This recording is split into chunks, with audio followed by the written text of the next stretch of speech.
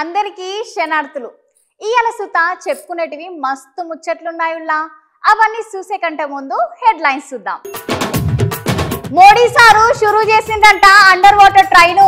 ఇక ఇప్పటి నుండి వెలిగిపోతుందంట సారు పేరు. రేవంత్ సారు ఘాటు విమర్శలు, పక్కా ఉంటాడంట సీఎంగా 10 ఏళ్లు. ప్రత్యేక హోదా కోసం షర్మిలక్క ఆరాటం, వచ్చేదాకా అసలే ఆపదంట పోరాటం. ఇంట్లోకి వచ్చింది పెద్ద పులి, గుడ్డోడు చూపించిండు మస్తు తెలివి.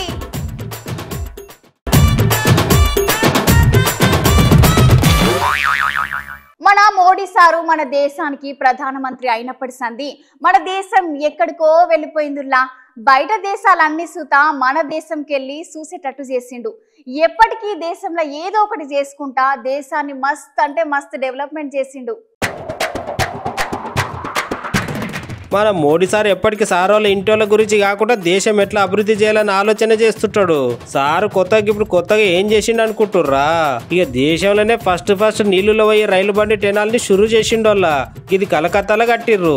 ఈ రైలు తోవ మొత్తం 16 కిలోమీటర్ల మీన్నే ఉంటదంట. ఇది ఇంగ్లీ అనే నది ఒడ్డున షురూ చేసిర్రు. దగ్గర ఈ రైలు గిట్లా నడపనికే 120 కోట్లు ఖర్చు అయిందట. అయితే చాలా మందికి నీళ్ళల్లో అడుగున పోతే సడన్ గా గట్లనే ఏదైనా సమస్య అయితే ఎట్లా అని అందరికి డౌట్స్ తో రావచ్చు. కానీ అలాంటి సమస్యలు ఏం రాకుండా అన్ని సౌలతులు చేసినామని చెప్పిర్రు. ఒకవేళ గట్లనే రైలు పోయేటప్పుడు మధ్యలో ఆగిపోతే ఏం కాకుండా పక్క నుండి నడిచి ఓనికేస్తుతా తొవ్వ కట్టిర్రంట అధికారులు. ఎంత లేదన్నా దినానికి 7 లక్షల మందికి రైల్లో పోతారని పెద్దసార్లు చెప్తున్నారు. భలే కొత్తగా ఉంది కదా. నాకైతే ఈ నీళ్ళలో నడిచే రైలు అయితే మస్తు నచ్చిందల్లా.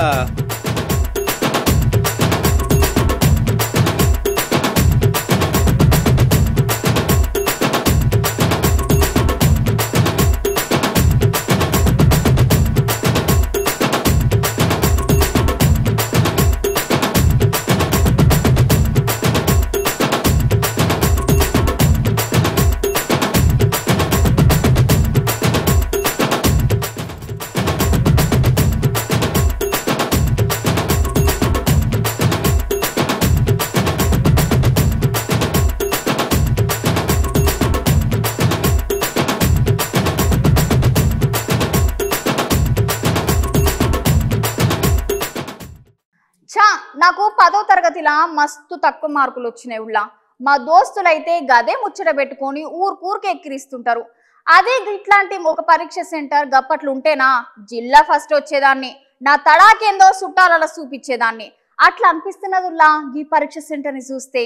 మీరు సూత గిట్లనే అనుకుంటారు. ఓసారి చూసిండ్రంటే ఆలస్యం దేనికి మరి, మీరు సూత చూడుండ్రి.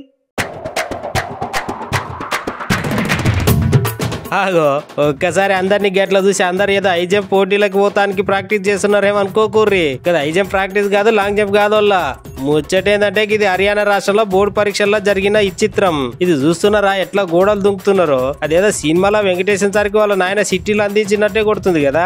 అవునోళ్ళ అచ్చు గట్లనే జరిగిందట. ఈ ముచ్చట హర్యానా రాష్ట్రంలో పరీక్షలు జరుగుతుంటే ఇగో ఇట్లా పరీక్షలు రాసే పోరగాళ్ళ చుట్టాలు అమ్మ నాయనలు అందరు కలిసి ఇట్లా గోడలు దుంకి వాళ్ళకి సిటీలు అందించారంట. గంతకి ముచ్చట కాస్త బయటపడి ఫుల్ వైరల్ అయింది.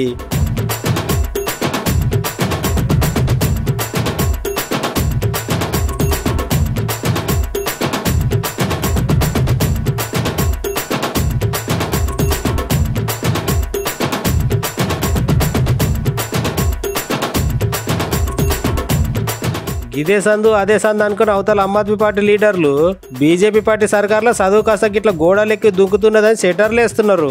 అంతే కదా మరి. అవి పరీక్షలు అనుకున్నారా లేకపోతే గోడలు దుంకే పోటీల్లో ఏమైనా పెట్టిర్రు అనుకున్నారా? ఊర్లకు చదువు రాకపోతే ఏదైనా ట్యూషన్ కు పంపించాలి గానీ ఓలే గోడలు దుంకి మరీ సిటీలు అందించడేందోళ్ళ.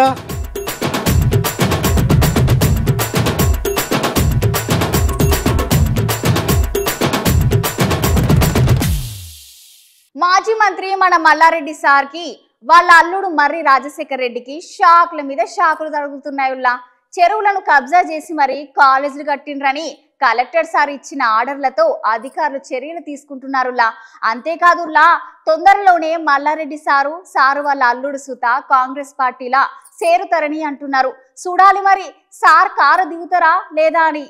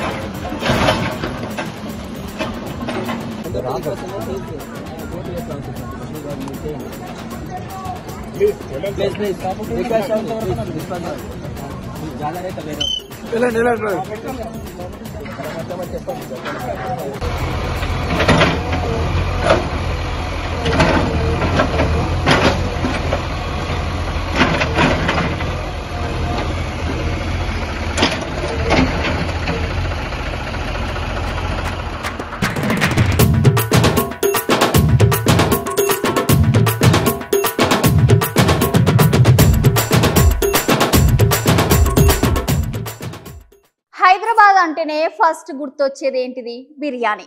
చిన్న పిల్లల నుండి మొదలు పెడితే పెద్దోళ్ళ వరకు అందరికి ఇష్టమే కదా.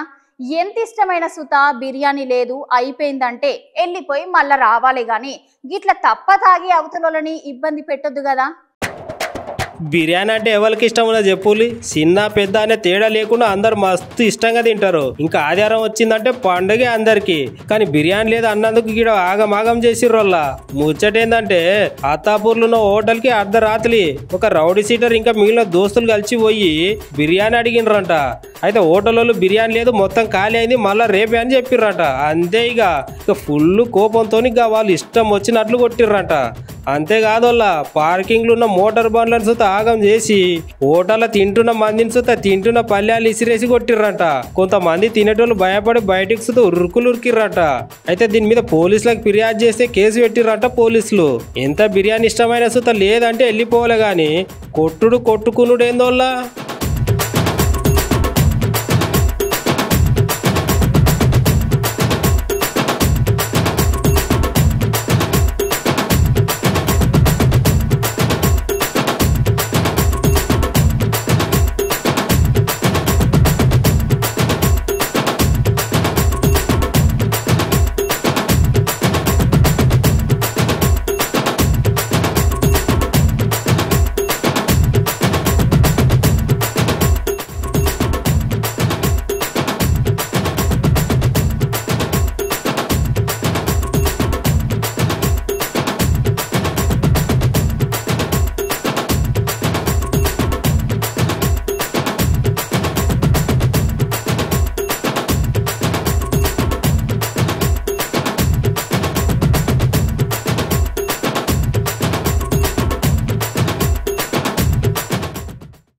షర్మిలక్క పాపం ఈ రోజు ఏడ్సిందుల్లా ఏపీని ప్రత్యేక హోదా విషయంలో జగనం సారు వెన్నుపోటు పొడిసిండని అన్నది.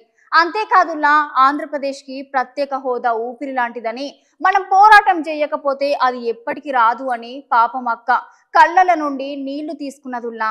ఓ పాలి మీరు అక్కని చూడుండ్రి కళ్ళల్లో ఎలా నీళ్లు తీసుకుందో.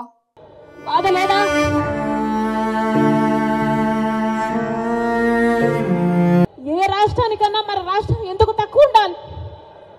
బాధ లేదా? కాంగ్రెస్ పార్టీ ప్రత్యేక హోదా కోసం ఉద్యమించాలి అని నిర్ణయించుకుంది. ప్రత్యేక హోదా ఉద్యమాన్ని భుజాన ఎత్తుకున్న పార్టీ కాంగ్రెస్ పార్టీ. ప్రత్యేక హోదా కోసం ఉద్యమించకపోతే మన రాష్ట్రానికి ప్రత్యేక హోదా రాదు. బాధ లేదా? ప్రత్యేక హోదా వచ్చునుంటే మన రాష్ట్రం ఎక్కడో ఉండుండే. రాజశేఖర రెడ్డి గారు మన రాష్ట్రం గురించి, మన రాష్ట్ర ప్రజల గురించి ఎంత ఆలోచన చేశాడు. ఉందా ఈ నాయకులకు ఆలోచన? చంద్రబాబు గారికి ఉందా? పోనీ జగనన్న గారు రక్తం పచ్చుకుని పుట్టారు కదా, ఉందా జగనన్న గారికి ఆలోచన? రాజశేఖర రెడ్డి గారు జలయజ్ఞంలో ప్రాజెక్టులు 54 ప్రాజెక్టులు మొదలు పెట్టాడు. ఆంధ్ర రాష్ట్రంలో 12 ప్రాజెక్టులు పూర్తి చేస్తే 42 ప్రాజెక్టులు ఇంకా అలాగే ఉంటే ఏమన్నాడు జగనన్న గారు? నేను 6 నెలల్లో పూర్తి చేస్తానన్న జగనన్న గారు రాజశేఖర్ ఇదేనా మాట నిలబెట్టుకోవడం అంటే? మడమ తప్పకపోవడం అంటే? ఇచ్చిన మాటను మడత పెట్టారు కదా, మీరా రాజశేఖర రెడ్డి గారి వారసు? ఆలోచన చేయాలి. రాష్ట్ర ప్రజలందరూ కూడా ఆలోచన చేయాలి. బాధ లేదా?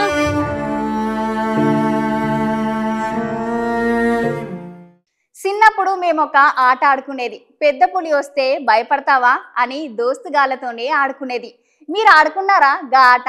నాకైతే పులి ఆట అన్న సుత దోస్తులతో ఏడ ఓడిపోతానో అని మస్తు భయం వేసేదుల్లా. గాని ఇక్కడ ఓ పిల్లగాడు చూడుండ్రి, పులి లేదు గిల్లి లేదు అన్నట్టు ఎంత నిమ్మలంగా ఉన్నాడో. మంచిగా చూడురి, ఇంట్లోకి వచ్చేది పిల్లి కాదోళ్ళు, పెద్ద పులి. చిన్న పెద్ద అనే తేడా లేకుండా పులి కానొచ్చిందంటే చాలు ఉరుకుడు ఉరుకుతాం. మరి గట్లాంటిది ఈ పిల్లాడు చూసిర్రా ఎంత తెలివిగల పని చేసిండో. ఇది మహారాష్ట్ర రాష్ట్రంలో మాలేగావ్లో జరిగింది. ఈ చిన్న పిల్లాడు ఇట్లా అమ్మ నాయనలు బయటకు పోయిర్రని ఇట్లా తలుపుల దగ్గర కూర్చొని ఫోన్లో ఆటలు ఆడుకుంటూ కూర్చున్నాడంట. ఉన్నట్టుండి చిన్నగా ఇగో ఇంట్లోకి పెద్ద పులి వచ్చింది. మరి నెస్స మందికి ఇట్లా పులిని చూడంగానే పరిశాన్ అయి పానాలు అరసేలో పెట్టుకొని పరుగులు తీస్తారు కదా. కానీ ఇక్కడ ఈ పిల్లగాడు ఏం చేసిండో చూడుర్రి.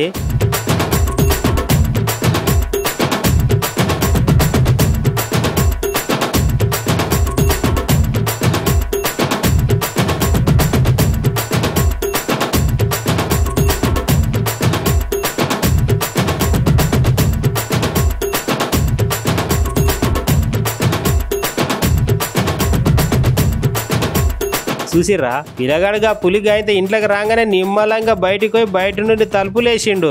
గదే ఒక్క నిమిషం గట్ల చేయకపోతే ఎంత పని అయిపోతుండే కదా. కొంచెం సేపు అయినాక పిల్లగాని వాళ్ళు అమ్మ నాయనలు రాగానే ఈ ముచ్చట చెప్తే వాళ్ళు పోలీసులకు చెప్పిర్రు. తర్వాత వాళ్ళు వచ్చి పులిని పట్టుకొని పోయి అడవిలలో ఇడిచిపెట్టిర్రు.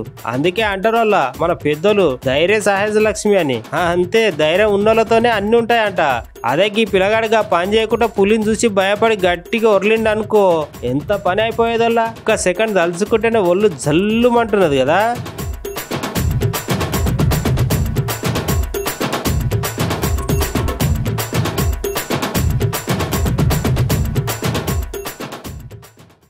ఆంధ్రాల ఎలక్షన్లు దగ్గర పడుతున్న సంధి ఒక్కొక్కల మాటలు తుపాకీల నుండి వచ్చే తూటల కన్నా ఎక్కువ పేలుతున్నాయుల్లా. ఈసారి నా వంతు అన్నట్టుగా జగనల సారుని నారా భువనేశ్వర్ మేడం అయితే మస్తు గట్టిగా అరుచుకున్నదుల్లా.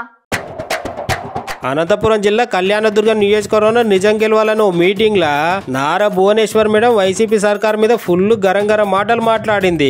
జగన్ సర్కారు ఆఖరికి సచివాలయం సుత తాకట్టు పెట్టింది. అంతేకాకుండా ఈ సర్కార్ రాష్ట్రంలో ఉన్న జనాలందరినీ సుత అడుక్కునే స్థాయికి దిగజార్చిందని భువనేశ్వర్ మేడం జగన్నాథ్ సార్ మీద విడుచుకోబడ్డది. అటెంకల చంద్రబాబు సార్ జైల్లో ఉన్నప్పుడు సుత ఈ రాష్ట్ర ప్రజల గురించి ఆలోచన చేసిండని జనాలకు మళ్ళోసారి యాద్ చేసింది. అంతేకాదోల్లా రాష్ట్రంలో అనేక ప్రాంతాలలో ఆడోళ్ల మీద చాలా ఘోరాలు జరుగుతున్నాయి అంటున్నది. భువనేశ్వర్ మేడం ఇంకేమేం మాట్లాడింది గో మీర్సుతో ఒకసారి ఇన్నుర్రి. అది కూడా తాకట్టు పెడతాడేమో, జాగ్రత్త పడండి. ఉండే ఆ లీడర్లు ఏమైనా చేయగలరు. పైనాడు చేసి కిందాడు ఎందుకు చేయడండి, తప్పకుండా చేస్తాడు. అంత లీడర్ మీద ఉంటుంది. అతను ఎట్లా చేస్తే కిందాడు కూడా అట్లానే వెళ్తాడు. ఈ అరాచకాలు మనం ఎప్పుడు చంద్రబాబు నాయుడు గారు నాయకత్వం కింద ఎప్పుడు చూడలేదు. మీరు చూసారా? మహిళలో మనం ధైర్యం ఇచ్చాలి. మీకోసం ఆలోచించే నాయకుడిని తీసుకురావాలి. అది నేను కోరుతున్నాను.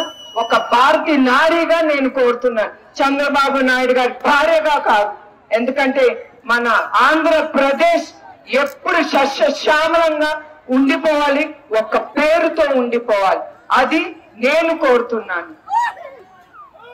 మీ దగ్గర నుంచి నాకు ఏదన్నా కావాలనుకుంటారో, నాకేం అక్కర్లేదు. ఒకటే నేను కోరుతున్నాను, మనకి ప్రజాస్వామ్యం కావాలి, తెలుగుదేశం రావాలి, చంద్రబాబు నాయుడు గారు మళ్ళీ సీఎం గా అవ్వాలి.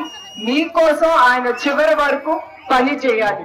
అది నా కోరిక, అది కూడా చంద్రబాబు నాయుడు గారి కోరిక.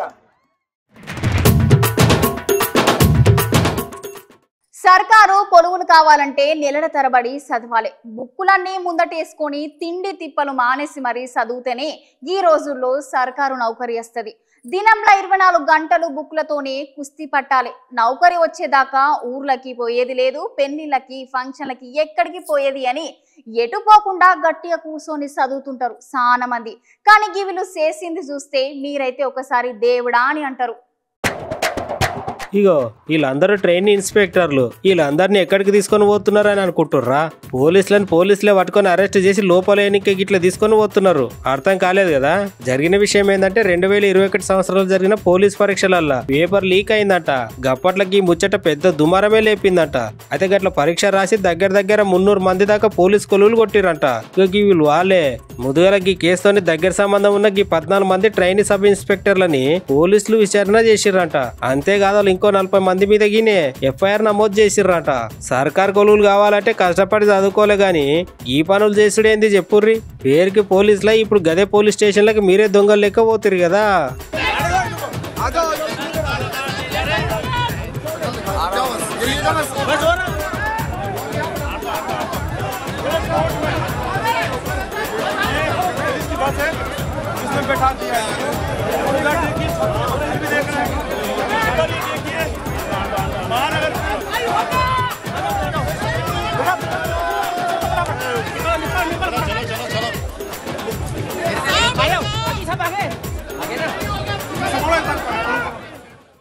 ఇగో గివ్వుళ్ళ అయ్యాల్టి ముచ్చట్లు. మళ్ళా మంచి మంచి ముచ్చట్లతోటి మళ్ళీ కలుద్దాం. అంతవరకు ఉంటామల్లా.